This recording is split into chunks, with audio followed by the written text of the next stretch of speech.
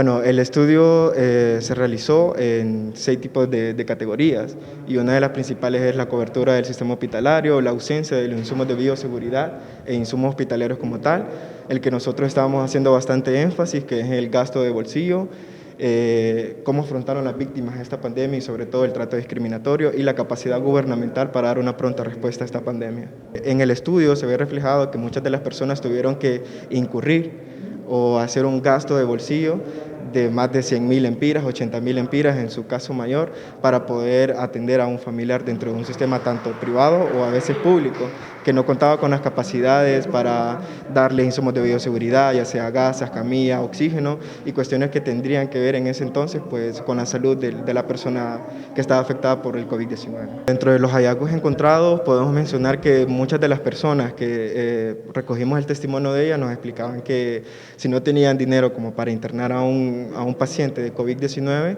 realmente sufrían un trato discriminatorio dentro del centro hospitalario, ya sea público o privado, debido a que dentro de los sistemas públicos, como todo estaba colapsado, no había pues, los insumos necesarios para dar una pronta respuesta, ya sea para mejorar a ese paciente.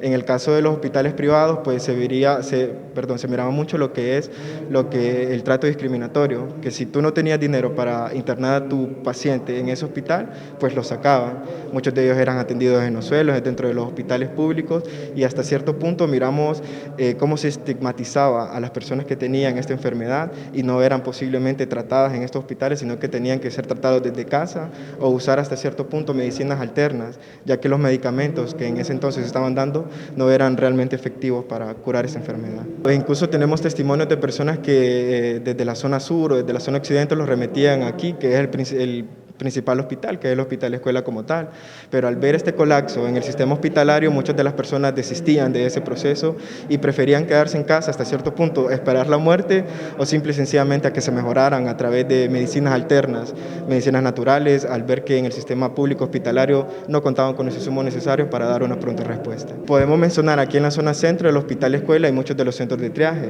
Dentro del hospital escuela no encontrábamos los insumos necesarios, como los mencionaba anteriormente, ya sea camas, oxígeno, incluso guantes, insumos de bioseguridad para el equipo médico, y en ese entonces lo que ellos hacían, pues no remitían al paciente a otro lugar o simple y sencillamente no se les atendía porque no había espacio o no contaban con los insumos necesarios para darle un tratamiento a esa persona. La práctica, ¿verdad?, de las acciones que se enmarcan dentro del proyecto Endure Action es ejecutado por un consorcio que está incluido Christian Aid, OCDE y CDH, y dentro de estas actividades que se enmarcan está el proceso y el desarrollo, ¿verdad?, de actividades de veeduría social que van orientadas a la lucha contra la corrupción y a transparentar los procesos. Puntualmente, en este caso, ¿verdad?, lo que tenemos el día de hoy es justamente la presentación del informe de veeduría social en el caso puntual de los gastos que se han realizado y el manejo de los fondos y de los recursos orientados al tema de salud.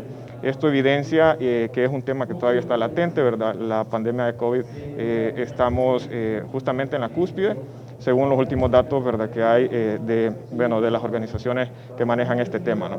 Esto, como le mencionaba, lo que ha evidenciado, ¿verdad?, es ese mal manejo que ha habido de los recursos.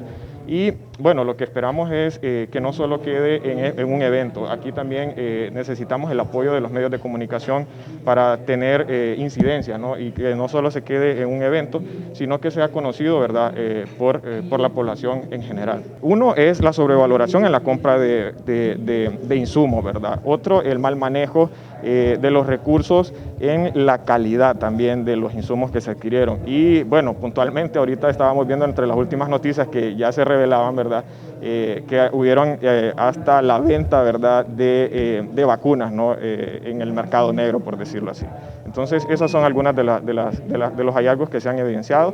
Aparte de eso, los costos en los que ha incurrido la población en general, al no tener el acceso a los servicios, ¿verdad?, son gastos de bolsillo que de una u otra forma han impactado económicamente en nuestro pueblo. Los montos por familia, ¿verdad?, sí han sido unas cifras sustanciales, ¿no?, que se impactan y que de hecho lo que viene a hacer este informe es hacer tangible, ¿no?, este hecho. Muchas veces, hemos escuchado y ha trascendido, ¿verdad?, la malversación de los fondos, el tema de los hospitales, etcétera, que de una u otra forma, evidencia los recursos, pero pero a nivel global, pero el impacto en la persona es aquí en este estudio donde lo vamos a ver, el impacto en la familia y en las personas. En cuanto a la venta de las vacunas, ¿en cuánto se vendían estas y cómo se tenía el acceso pues, para venderlas? Bueno, este es un tema que ha trascendido en estas últimas semanas, ¿verdad? Como resultado de las investigaciones y que lo han hecho público pues, justamente ustedes, los medios de comunicación. A este momento no se tiene la información todavía concreta, ¿verdad?